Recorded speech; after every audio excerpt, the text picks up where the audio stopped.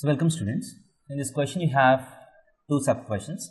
The first question is, so if this equation which have an unknown h, this equation, so if this has to represent a pair of lines, then h is equal to what?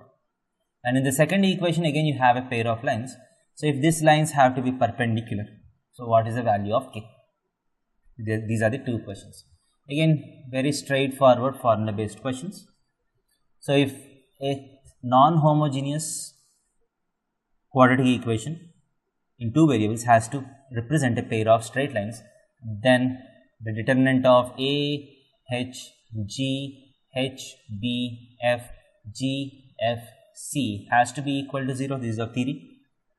So if I apply this to this question, so I have h minus 5 by 2 and 1 by 2 and minus 5 by 2, b is 4h and f is 1 and 1 by 2, 1 minus 2.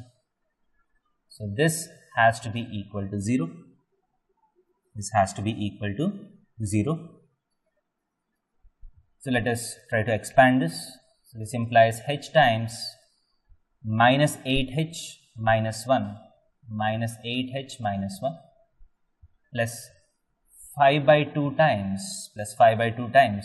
So if you multiply this, minus 5 by 2 into minus 2 is 5 minus half plus half times minus 5 by 2 minus 2h is equal to 0. So this implies minus 8h square minus 8h square minus h plus 25 by 2 minus 5 by 4 minus again 5 by 4 minus h is equal to 0. So this implies minus 8h square minus h will become minus 2h and 25 by 2, that is 50 by 4 minus 10 by 4, that is 40 by 4, which is equal to plus 10 is equal to 0. So you have a quadratic in h. So if you divide this with minus 2, so you have 4h square plus h minus 5 is equal to 0. So again, this is very easy to factorize. This implies 4h square plus 5h minus h minus 5 is equal to 0. So this implies, so if you take, so plus 5h minus h, so 4 into 5 is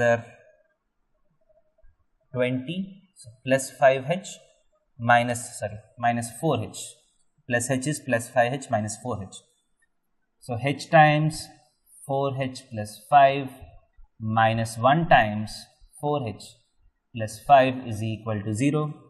So this implies h is equal to 1 or minus 5 by 4. So these are the two values of h for which this represents a pair of lines. In the question it is explicitly said that I want the integral value of h. So the integral value of h, which ensures that this is a pair of straight lines, is 1.